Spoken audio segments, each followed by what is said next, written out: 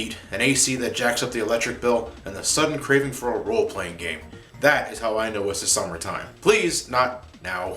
RPGs, role-playing games, were often the genre I spent the most time on during the summer, not only because it took a longer time than usual to complete the game, but because it was just so damn relaxing to do. Sitting down on your comfy chair or couch, a cool drink on standby, and spending the entire night trying to get as much done as you possibly could before the oncoming sunrise reminded you on how much you fucked up. Square Enix, back in the 90s known as Squaresoft, was usually the developer of the RPGs I grew up with, and today's focus is no different. Super Mario RPG: The Legend of the Seven Stars. Released in 1996 for the Super Nintendo, just months before the Nintendo 64 would enter the scene. I don't own a physical copy of the game, so I'm once again relying on the good old virtual console to jump back to the past, and I recommend you do so too, unless you really need to own this gray rectangle. Would you believe that Super Mario RPG wasn't my first role-playing game that starred everyone's favorite plumber in name only? Yeah, that would be Paper Mario and the Thousand-Year Door for the Nintendo GameCube. Though I'm quite proficient in Mario RPGs nowadays, including the Mario & Luigi series, and of course, Super Mario RPG: Legend of the Seven Stars. That's such a direct name, isn't it? It's not like other games starring Mario are titled like Super Mario Bros. Platforming. I think they added the RPG to the title fearing that non-role-playing gamers would feel duped into buying what they thought was going to be another 2D adventure with Mario and his friends. My first taste of this was in the early 2000s during that damn emulator phase I love to mention so much. I was multitasking RPGs enough as it was with Final Fantasy IX, 10, Chrono Trigger, Lufia and the Fortress of Doom, and Pokemon Generation 2, so I didn't feel compelled to finish it at that point. Then about 6 years ago, the game was added to the Virtual Console's catalog and I decided that this was the RPG I was going to dedicate the summer towards. Well, the rest of it anyway. It was the beginning of September when it was re-released. Nintendo teaming up with Square to make a Mario role-playing game should come as no shock. Mario was at the top of his game on the Super Nintendo, and Square was just batting 1,000 with their numerous amounts of successful games during that time period. I don't know if the genre was still considered niche during this time, but they were definitely getting more popular, with Final Fantasy VII on the PlayStation in 1997 making the mainstream period. With everyone's minds on a next generation of consoles, did Super Mario RPG end Mario's SNES career on a high note? Our plot begins with Bowser kidnapping Princess Toadstool. Meanwhile, the sky is blue, humans breathe oxygen to stay alive, and Jimmy Hoffa has yet to be found. Yes, things are looking familiar until the moment Mario rescues the princess, when a new story element in the shape of a giant sword crash lands into Bowser's castle, sending Mario, the princess, and Bowser skyrocketing in different directions. The ever-vigilant hero rushes right back to Bowser's castle, where the giant sword claims that the castle now belongs to someone named Smithy, and that this world is theirs for the taking. Having no way of re-entering the castle, Mario heads back to the Mushroom Kingdom where he meets Mallow, a supposed tadpole except not really who's prone to short-term memory loss enough times to be concerned. After helping him with his errand, the kingdom is attacked by a faction of Smithy's gang, which Mario and Mallow team up to stop. A majestic star is bestowed upon Mario soon after destroying the leader of the gang, and Mallow gets the idea to meet up with his grandfather, Frogfucius, for more information on the current situation. Frogfucius states two obvious things. One, that Smithy's gang needs to be stopped, and two, Mallow isn't really a frog, but rather someone who was separated from his parents at birth, but hey, it's just the beginning of this adventure, so we'll all know how that'll turn out. Encouraged by his grandfather, Mallow joins Mario in his adventure to locate Bowser and Toadstool, stop Smithy and his rowdy gang, and to locate the remaining star pieces scattered across the land.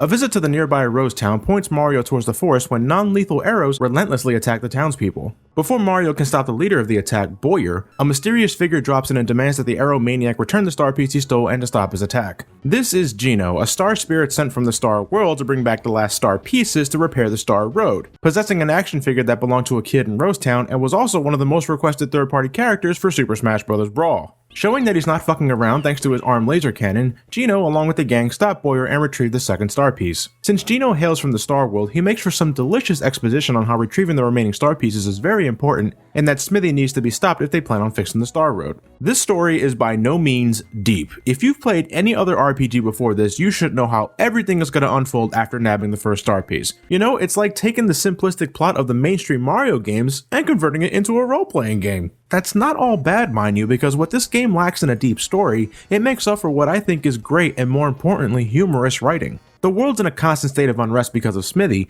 but no one is taking this shit too seriously in this story. When Mario needs to silently explain something to a character for the sake of context, he uses his mime abilities to play out an entire scenario, transforming into multiple characters in the process. Almost everyone here has a hint of sarcasm and snark because they've probably seen it all, they know how things work around here. The fact of the uselessness of the Mushroom Kingdom's guard is played for laughs, and a large number of standard RPG cliches are lampshaded as well. Bowser is more distraught over losing his castle than Smithy attempting to conquer the world, and while we're on Bowser for the moment, Super Mario RPG to my knowledge is the first game in the franchise to give a bunch of familiar characters some actual character. I find it an interesting study. How does someone like Bowser or Princess Toadstool behave when they're being usurped away from the spotlight? Bowser, after you eventually recruit him, is played up as a big oaf with a lot of muscle, complete with a massive superiority complex, and he only gets better as you get closer to his castle. Princess Toadstool, since she isn't the focus as the damsel in distress, means she actually gets to do something this time around. Now, why doesn't she become this assertive in other games besides this one is something I can't even begin to answer, but it is refreshing to see her beside Mario and her friends in battle. Mario's world is showcased via this isometric viewpoint, with a graphical style that was no doubt influenced by another popular Nintendo series at the time, Donkey Kong Country. Pre-rendered 3-dimensional graphics were all the rage before the jump into true 3D during the 5th generation of consoles. And I might as well get this point out of the way now, I think this game looks a bit dated as a result. Sure, everything from locations, characters, and enemies are colorful and eye-catching, but none of it has the same grace as it once did in the mid-90s, and it's very rough around the edges looking back. It was an experimental time back then, so I won't give it too much shit, but I think Donkey Kong Country ended up aging better than this game in particular. That doesn't thoroughly apply to the soundtrack, however. It isn't my favorite Mario soundtrack in the franchise, but it has a decent number of pieces I tap my toes to whenever I hear them play. Yoko Shimomura is someone I'm more familiar with thanks to her contributions to the Kingdom Hearts series, but her bouncy style of music is undeniably apparent here, and it fits the Mario universe impeccably. This holds true for the Mario and Luigi soundtracks, which she also composed. Is it wrong that my favorite piece of music though is the remixed version of the Final Fantasy IV boss battle theme, a track originally composed by Nobuo Uematsu? I can't help it, I love this piece. Super Mario RPG was created specifically for the person who has never played a role-playing game in his or her life, and that isn't any more obvious than when you begin playing the game. As Square developed this, they decided to construct the very foundation of the game based off their most popular series, Final Fantasy. Between story sequences, you guide Mario through many of the world's set pieces. Areas are divided by points on the map, and just like Super Mario Bros. 3 or Super Mario World, going to the next area is as simple as highlighting it on the world map and selecting it. New locations won't open up until you travel through the upcoming pathway, and you can instantly trek to a previously visited area at any point when you're on the map screen. Getting lost in this game is an impossibility. Every area in between towns and points of interest hosts a multitude of enemies. You initiate a fight by running into a monster, so if random encounters aren't your cup of tea, you can breathe a sigh of relief. Some monsters make a beeline towards Mario at speeds of Mach 5 though, so be sure to jump on time if you want to avoid a confrontation.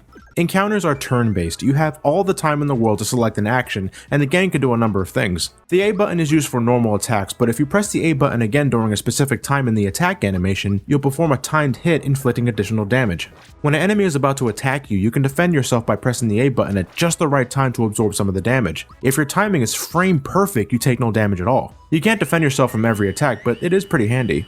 The Y button allows your character to perform their special abilities, whether it's something like Mario's super jumps or a powerful elemental spell from Mallow. Timed hits can also be executed for some of these moves, boosting their power or effectiveness in general. The X button brings up your items, things you can either buy from shops in towns, find from enemies, or discover in question blocks in the overworld. If you're lucky, you can score a freebie when using an item, letting you use it again right away if you want to, or to save for a later date. And then there's the B button, which you can use to defend from an oncoming attack without taking any action, or to run from the battle, assuming you're allowed to in the first place. If you run away, the enemy on the overworld will blink for a few seconds, giving you time to get away, but if you got real shitty luck like I do at points, you could be caught between a wall and an enemy, making escape nearly impossible. Shit. Mario, Mallow, Geno, Bowser, and Toadstool are all you're getting throughout the entire game, and they're broken up into categories. Mallow and Toadstool are this game's mages. Mallow specializes in offensive magic, which is fantastic early game until he pretty much gets replaced by Geno, who remains solid throughout with his non-elemental specials and greater coverage. Peach can be fucking disgusting with the right setup. She heals for massive amounts, even more if you perform a timed hit, and as long as she remains active, you're not losing the battle, bearing a really powerful attack you weren't prepared for. Bowser is pure strength, having the highest attack stat in the game, but that's where it sort of ends for him. If for whatever reason magic's not your thing, you can rely on the King of Koopas for hard-hitting action, but he ranks below everyone else on my character totem pole. Mario, despite not having a real class, is all I need for physical attacks, and with good timing I can do some massive damage with his super jump ability. You're only allowed to use 3 party members at a time for battles, and Mario can't be switched out at any point during the game, limiting the flexibility of your team, especially for those that don't happen to like Mario and the moveset he brings. Flexible or not, the team you decide to form will likely be more than enough to face the challenges thrown at you. Everything about this game is beginner friendly. Coins you score from beaten enemies are plentiful, and a hefty amount of items and equipment you can buy from stores are often inexpensive. When battling common enemies, there are times where you can score bonuses that can refill your health, boost your stats, or allow you to attack a second time with the same character. The overworld and dungeons are filled with treasure that can instantly heal all wounds the moment you find it, or contain powerful items that can come in handy during a pinch, and save points are never placed too far from each other. Every character levels up from experience at a pretty consistent rate, and never, not even during my first playthrough, did I need to grind enemies repeatedly to beat a boss that gave me trouble. You can find invincibility stars in certain chests that can instantly kill enemies in the overworld just by touching them, and you get experience from that. They really wanted to keep things moving, did they? Managing equipment for the heroes couldn't be any easier. They only have 3 slots to consider: a weapon, a piece of armor, and an accessory. There's some absurdly powerful equipment in this game, but something inside me says you should probably avoid them if you want any sort of challenge outside the super boss Kulex. When you're someone like me whose very first RPG was that of Final Fantasy IV, and playing this game years after playing other games in the genre, Super Mario RPG's battle system may come off as shallow. Fun at times, but ultimately shallow. Against other games, your move pool isn't exactly diverse. When Mario isn't normally attacking something, he's doing what he does best, jumping, with a hint of fireball throwing every now and then. I was able to get away with casting Malo's Thunderbolt spell to clear the room so many times that it borderlined on mind-numbing, and Toadstool was strictly there for healing and nothing else. Geno's great for stat boosts and multi-target specials, but that's very late into the game where there's not much else to do, and I could only count maybe 2 times where I used Bowser at all. Your special moves are fueled by flower points, or FP for short, and they're shared among all 3 current party members. This can either be viewed as another means of rationalizing something for the sake of simplicity, or another handicap that limits your already limited selection of attacks. I view it as both, but I always stock up on syrups that refill my flower points anyway. The battles begin to feel very samey as you progress, and the problem only gets worse when you run into groups of enemies that are only affected by one singular strategy. You can beat Super Mario RPG in a weekend if you're dedicated enough. Battling is only part of the equation though. Plenty of times during the journey you'll partake in a lot of action sequences where things get a little more Super Mario. These do a great job in helping me absorb the undoubtedly simple combat mechanisms of the game, and it feels good knowing that the coins I can collect lead to more than just a high score. The isometric platforming doesn't rub me in the right way, but it's still more tolerable than anything I had to deal with in Sonic 3D Blast. That is until near the end of the game where things get a little too precise for my liking, smooth control or not. Falling from a high area with no means of getting back without going the long way around is a bit annoying too, but I can only recall about 3 times where that happened to me. Super Mario RPG rewards you with goodies for a lot of things, and I believe that it's a great idea to encourage players to press on and to keep playing.